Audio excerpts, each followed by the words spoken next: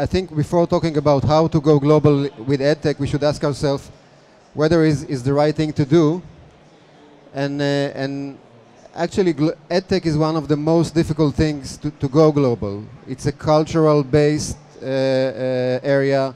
It's highly regulated. It's lots of politics has to do with EdTech and with marketing of EdTech outside your region. So there is no really, it looks like there is no really a good reason to go global unless you don't have any other choice. And this is our case. And the fact that we don't have any other choice is that what can be called the global paradox.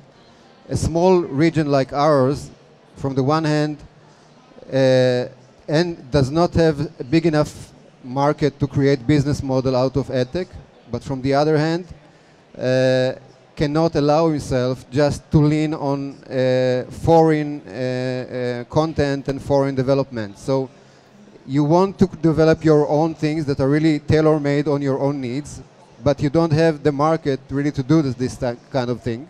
This, by the way, is the backyard of our accelerator. It's a very small town in Israel and a very beautiful area. So in order to cope with this paradox, we don't have any choice but trying really to create the global market for ourselves. And the first question I would like to ask from our perspective is, how do we create ourselves a network? And I think this question is very, very important, because if you're looking at other industries, and we have some very successful high-tech industries in Israel, like the cyber industry or the AdTech, the advertising industry, I think one of their main assets is the fact that they have community. If I am developing an AdTech startup, I will find just in Tel Aviv 100 startups that are doing the same thing that I'm doing, which means I can learn from their mistakes, I can teach them, I can have access to their investors, and actually this is the most important part of being part of a community. And if I'm an EdTech developer, I struggle to find other EdTech players, and it's a very small market. I won't find them in my region. And in order to cope with this challenge, we launched 3 years ago a global EdTech competition. Actually, it was launched here in the Bett conference. The most important part of this picture that I presented last night is actually the part that we don't see in the picture, the audience. When we launched this competition, it's one partner for Barcelona and one partner for the UK, Thai. There was no one in the room. The audience actually that you don't see is not existing. It was an empty room.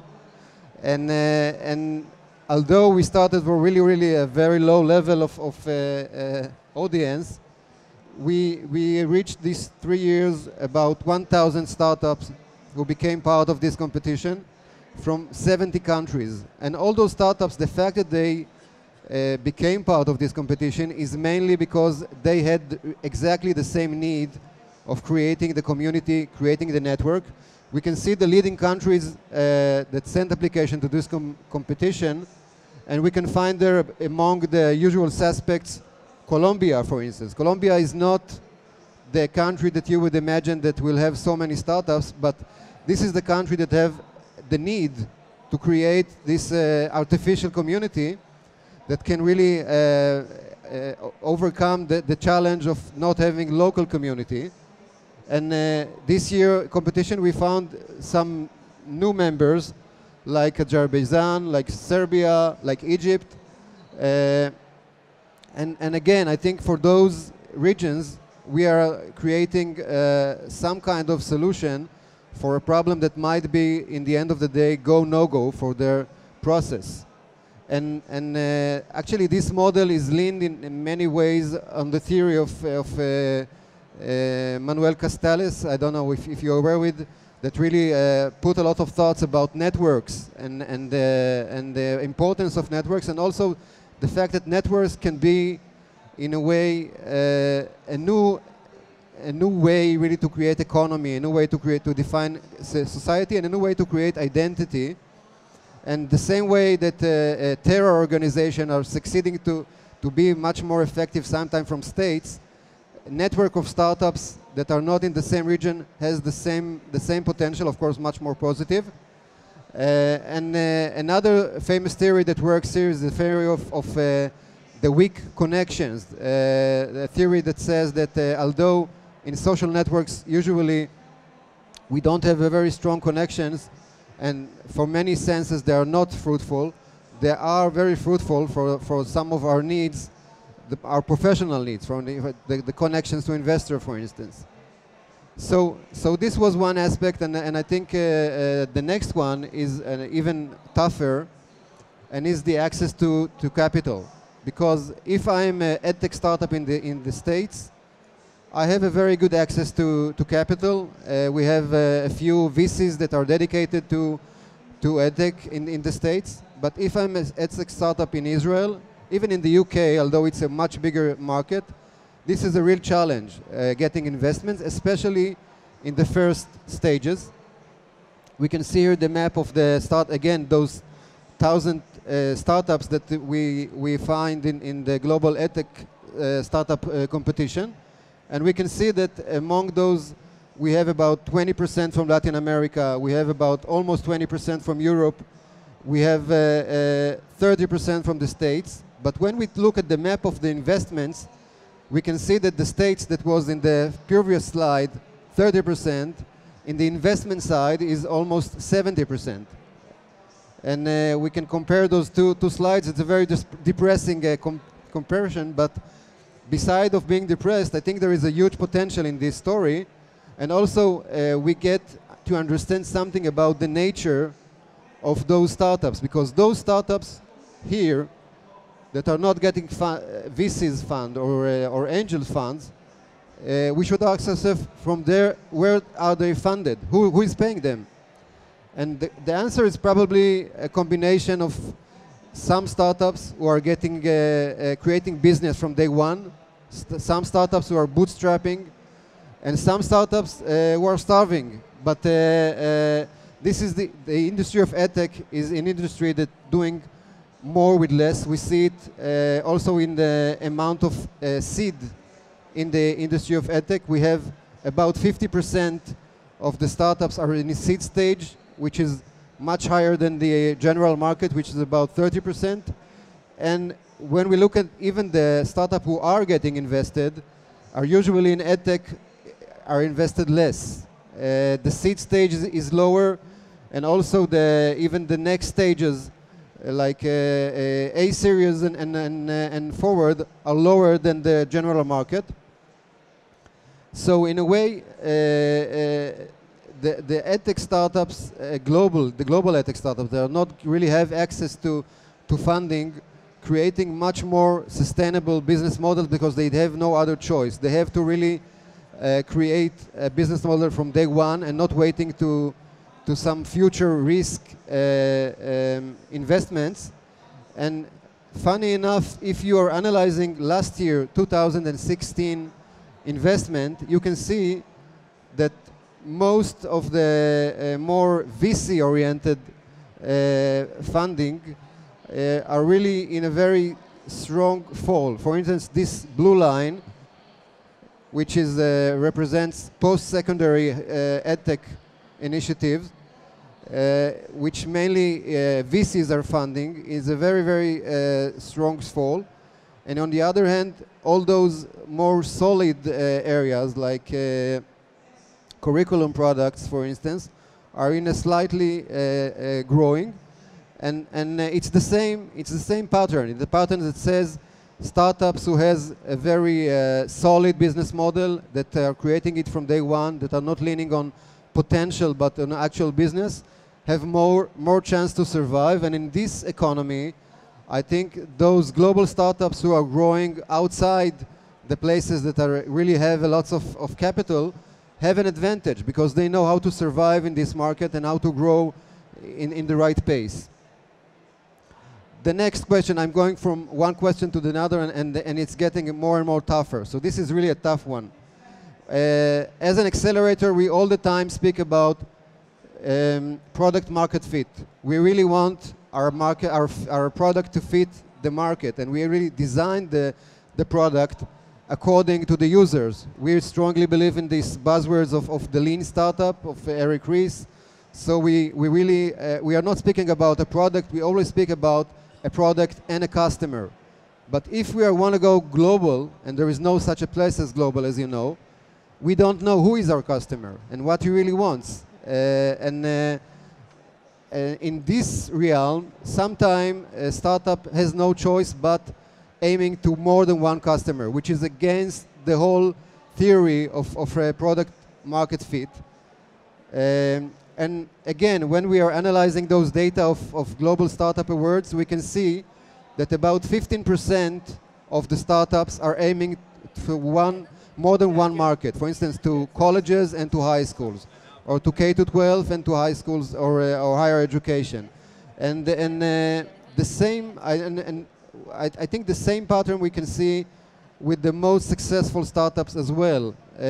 Two famous examples, both Newton and Chegg are aiming in parallel to two markets. They're aiming both to high schools and to higher education.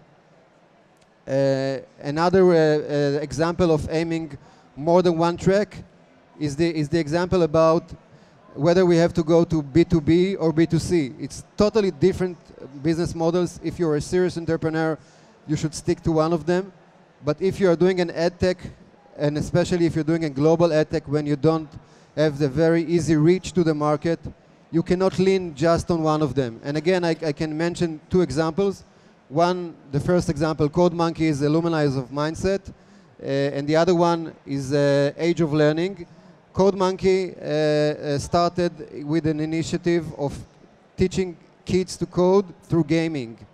And since there was no entry point in the school system, they had to create it as a B2C business, selling to the parents. And afterwards, they find the model also to enter the school, and they keep playing with those two tracks because from the one hand, you can reach a very wide audience when you are selling B2C. From the other hand, monetization is not very high in this path, so you have to go and sell institution, but it's much slower pace and much slower market. So they are jumping between those two poles, and they are selling both B2B and B2C. And another great example is the startup of Age of Learning, which is the most funded startup for 2016, $150 million. Again, they started from a B2C, and they slowly moved to the B2B, and keeping all the time both tracks. And this is probably a key to survive when you're trying to reach a market that is not yours. Now to really difficult question before the last one. And this is the cultural gaps. And I think to illustrate this question, a very famous example, a commercial of Pepsi from the 60s that said, come alive, you're in the Pepsi generation. And you can see in this slide how this commercial was translated to Chinese. When they translated it to Chinese, it became to be Pepsi brings your ancestors back from the dead. I'm not sure this was the message that Pepsi wanted to give to the Chinese market. And of course, there are thousands of similar examples of people who are not understanding the culture of their audience, even if they are literally doing the right thing. And I have one more example from our current cohort in MindCet. This is a startup who is selling service to parents that want to communicate with the kindergartner. And in Israel, parents have no problem to text through WhatsApp to their kindergartner, to the teacher, using their private phone. This is not the case in other regions. I'm curious if there is someone here which is not from Israel that knows this habit from his own experience of texting the kindergartner or the teacher. It's done in Egypt, so Middle East probably has different habits, but I don't think it's done in the States. I think in the States, for instance, there is a distance that you won't use the private phone of the teacher to communicate with him, so you need a solution that makes it better. But when they are selling this product in Israel, they say, we want to reduce the noise from the teachers, so we create a different app just to communicate with the parents. But this is not a very good selling point when you try to sell it in the States, because in any case, this situation does not start. And we have lots and lots of examples like this. And I can give, again, 2 examples that I think find a very interesting way to cross this gap. One example is SparkUp, alumni of us that did a great success in China. And I think his big success was really through lots of conversation with the local market. He was really, really engaged with the market. And he realized that his solution that brings together, it's a device that you're putting on a book, and it reads the book for the kid. And he realized that this solution that combines a very physical thing and a virtual world, and combines traditional reading from printed books and some new technology, is a very a good fit for the Chinese market, which is a very traditional society in a way. And he was right. And I think this kind of research can be done only by really carefully listening, lots of iteration with the audience, and not just by accidental meetings. A totally different approach. Another alumni of us, Connect Team, that is created online courses based on mobile.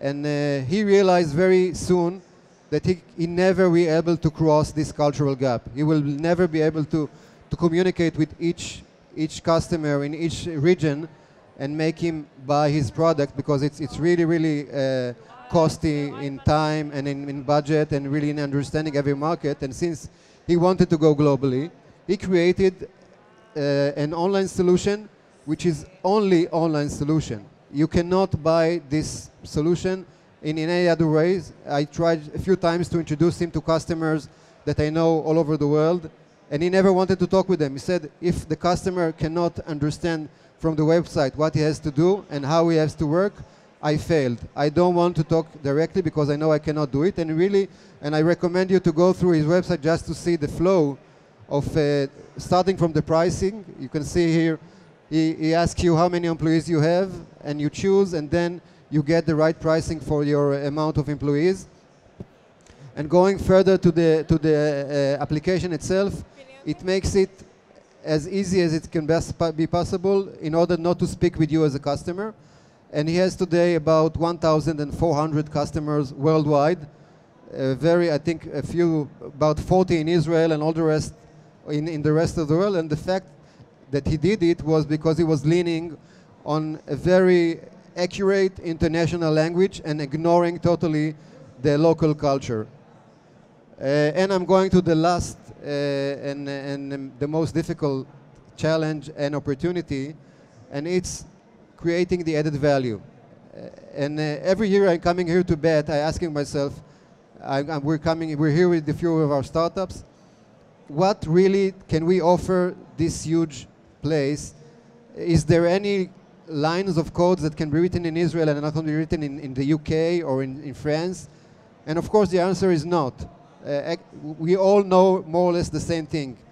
And I think if we're looking for where can we really create, as a foreigners, a value for another market, I think the answer laid again in the cultural and in the areas of sentiments.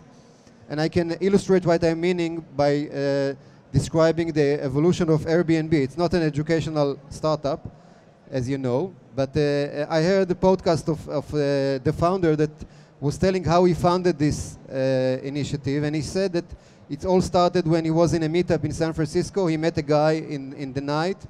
They were talking in the meetup, and then he asked him whether he has a place to sleep. And unfortunately, the guy said, no, I don't have a place to sleep. And he felt uncomfortable not to invite him, although he did not want to invite him to his home. And he invited this guy to his home, and he said that all this night he was terrified from the fact that maybe he has a psychopath in his living room. So he locked the room between his bedroom and the living room, and he was having all the time different scenarios. And in the morning they woke up, they had breakfast together. It was really, really a pleasant experience. And then he came to the idea of creating really a business that based on this unpleasant sentiment. And taking something that we intuitively said it won't work, it touches something that it's against our all instincts, putting a total stranger in our house, was the key to create really innovative startup. And funny enough, I think we see the same pattern going in educational system. Those three companies are maybe the most successful EdTech companies, although none of them was aiming to be an EdTech company. YouTube is almost in every school. Wikipedia, teachers that were saying that they will never allow students to use it, using this every day. WhatsApp, which is really unbelievable, it functions like an LMS system. And all those are touching a sentiment that we would, if we were to ask beforehand, we'd say it won't work because it's something against the intuitions of education. YouTube, you're entering to school a full library of movies that have nothing to do with education and sometimes are not educational at all. Wikipedia, you're bringing into school amateurs encyclopedia. WhatsApp, you're bringing your own personal lives and a very neglected system to your professional lives, and still it works very, very strongly. So I think the foreigner can bring really, can touch sentiments that someone from the culture sometimes would not dare to doubt.